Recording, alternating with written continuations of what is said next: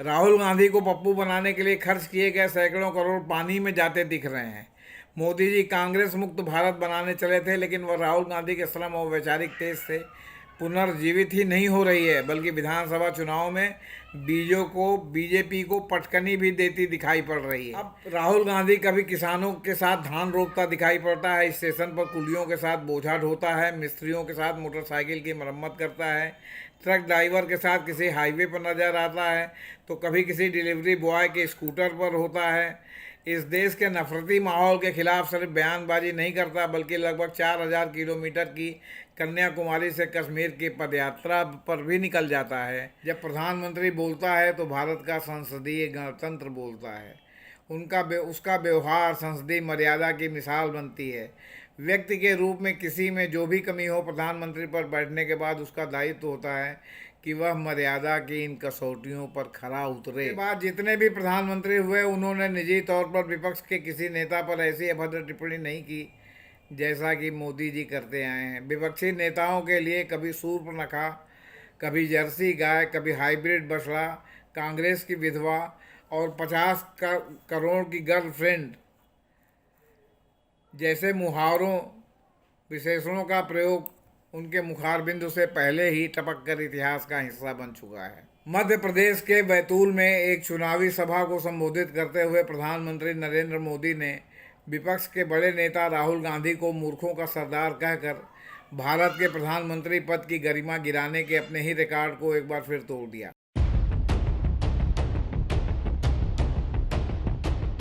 छत्तीसगढ़ और मध्य प्रदेश के चुनाव प्रचार खत्म होने का समय जैसे जैसे आता गया, वैसे वैसे हमारे प्रधान सेवक मोदी जी की भाषा में अमर्यादित शब्दों का समावेश होना शुरू हो गया। मध्य प्रदेश के बैतूल में एक चुनावी सभा को संबोधित करते हुए प्रधानमंत्री नरेंद्र मोदी ने विपक्ष के बड़े नेता राहुल गांधी को मूर्खों का सरदार कहकर भारत के प्रधानमंत्री पद की गरिमा गिराने के अपने ही रिकॉर्ड को एक बार फिर तोड़ दिया। ज़्यादा अफसोस की बात तो यह है कि यह टिप्पणी उन्होंने पहले प्रधानमंत्री पंडित जवाहरलाल नेहरू के जन्मदिन पर की, जो विपक्ष के साथ मर्यादित व्यवहार की मिसाल थे, जिन्होंने आज़ादी के बाद कोई दबाव न होते हुए भी अपने धुर विरोधियों को भी अपनी कैबिनेट में शामिल किया और अटल बिहारी वाजपेयी जैसे विपक्षी हुआ सांसद को भविष्य का प्रधानमंत्री कहने में संकोच नहीं किया। उसके बाद जितने भी प्रधानमंत्री हुए, उन्होंने निजी तौर पर विपक्ष के किसी नेता पर ऐसी अभद्र टिप्पणी नहीं की जैसा कि मोदी जी करते आए हैं। विपक्षी नेताओं के लिए कभी सूर्पनखा, कभी जर्सी गाय, कभी हाइब्रिड बछड़ा, कांग्रेस की विधवा और 50 करोड़ की गर्लफ्रेंड जैसे मुहावरों विशेषणों का प्रयोग उनके मुखारबिंदु से पहले ही टपक कर इतिहास का हिस्सा बन चुका है। भारत का प्रधानमंत्री कोई व्यक्ति या किसी एक पार्टी का नेता नहीं, संपूर्ण भारत और भारतीयता का प्रतीक होता है। भारत के प्रधानमंत्री का हर क्षण हर दिन डॉक्यूमेंट किया जाता है, यानी दस्तावेजों का हिस्सा बनता है। ये दस्तावेज आने वाली पीढ़ियों को बीते हुए एक युग से परिचय कराते हैं। जब प्रधानमंत्री बोलता है तो भारत का संसदीय गणतंत्र बोलता है। उसका व्यवहार संसदीय मर्यादा की मिसाल बनती है। व्यक्ति के रूप में किसी में जो भी कमी हो, प्रधानमंत्री पर बैठने के बाद उसका दायित्व होता है कि वह मर्यादा की इन कसौटियों पर खरा उतरे।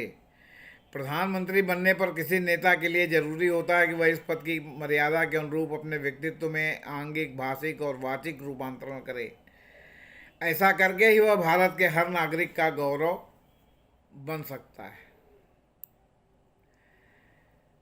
समझा जा सकता है कि प्रधानमंत्री की यह भाषा अगली पीढ़ियों को कैसा महसूस कराएगी। वैसे यह कोई रहस्य नहीं है कि जिसे मोदी जी जानते न हो, तो फिर इस कटुता की वजह क्या है। निसंदेह इसका रिश्ता कहीं न कहीं मध्य प्रदेश और छत्तीसगढ़ में हार की आशंका से है, और यह हार केवल विधानसभा चुनाव को लेकर नहीं, राहुल गांधी के व्यक्तित्व के सामने फीका पड़ते जाने की भी है। राहुल गांधी ने इतनी बड़ी लकीर खींच दी है जिससे प्रधानमंत्री जी अपना मानसिक संतुलन खो बैठे हैं। 24 घंटे मीडिया मैनेजमेंट केस सज्जा, मुख सज्जा, चमकदार पोशाकों और व्हाट्सएप किस्सों के जरिए बनाई गई मोदी जी की महान छवि उस सफ़ेद टी शर्ट और पैंट वाले सादे राहुल गांधी के सामने कमज़ोर पड़ रही है, जो सड़क से लेके खेत खलिहानों तक कहीं भी गमछा बांध के दिखाई पड़ जा रहा है, बिना झिझक, बिना हिचक, बिना यह परवाह किए कि उसकी सुरक्षा के लिए कितना खतरा है।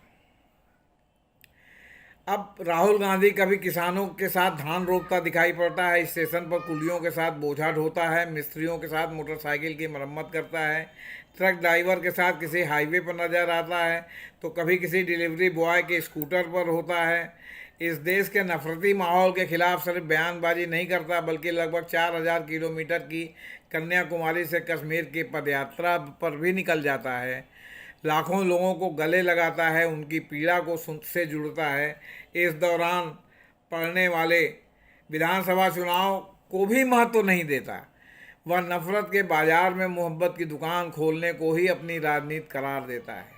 वह सार्वजनिक रूप से पूछता है कि लोग कुछ भी करके प्रधानमंत्री क्यों बनना चाहते हैं, और संकेत देता है कि वह कुछ भी करके प्रधानमंत्री बनने की होड़ में नहीं है।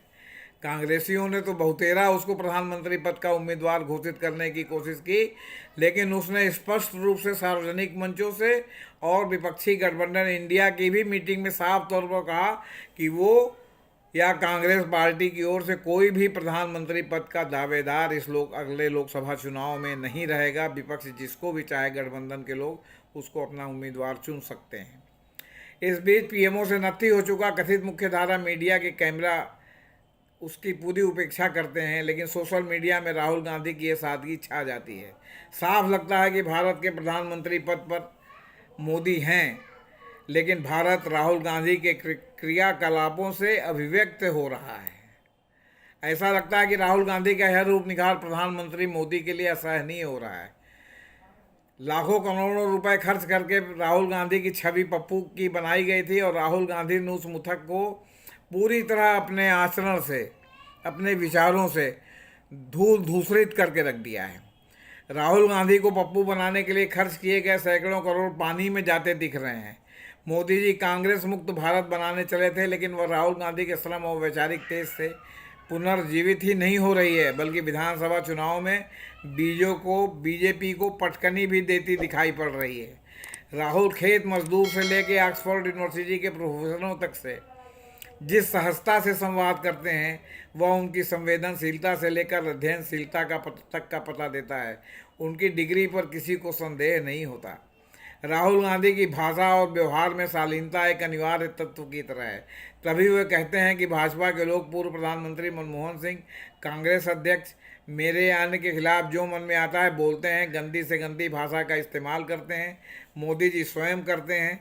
मगर मैंने पहले कहा था और फिर कह रहा हूं कि वह हिंदुस्तान के प्रधानमंत्री हैं। कांग्रेस प्रधानमंत्री पद का आदर करती है।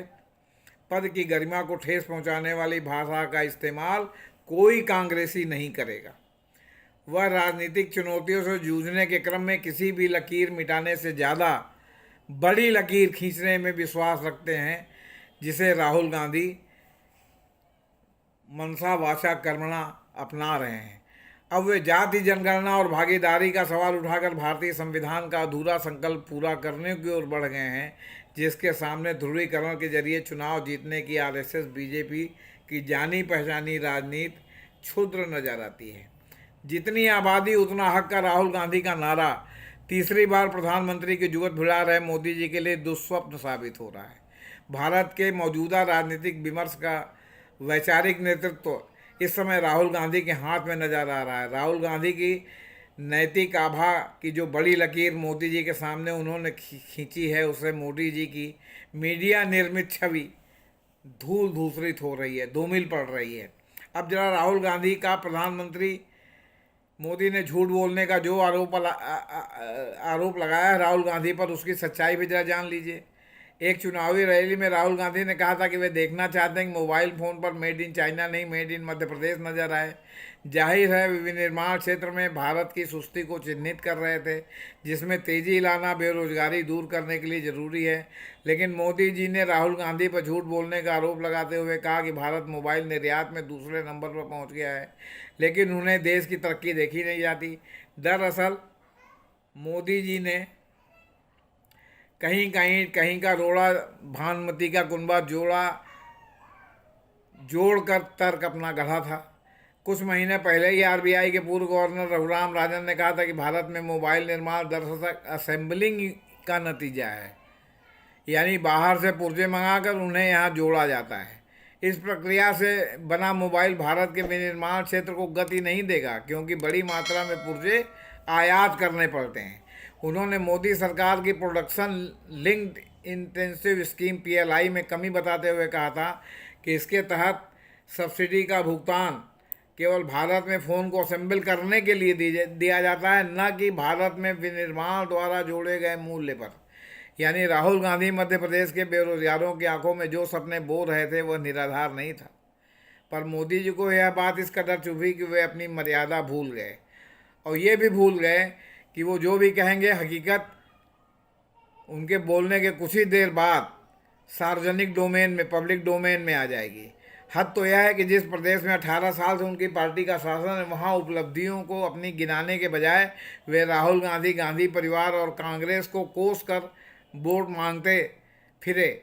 ऐसा करते हुए वे काफ़ी दयनीय नज़र आते हैं, जो भारत के प्रधानमंत्री के लिए कतई शोभनीय नहीं है।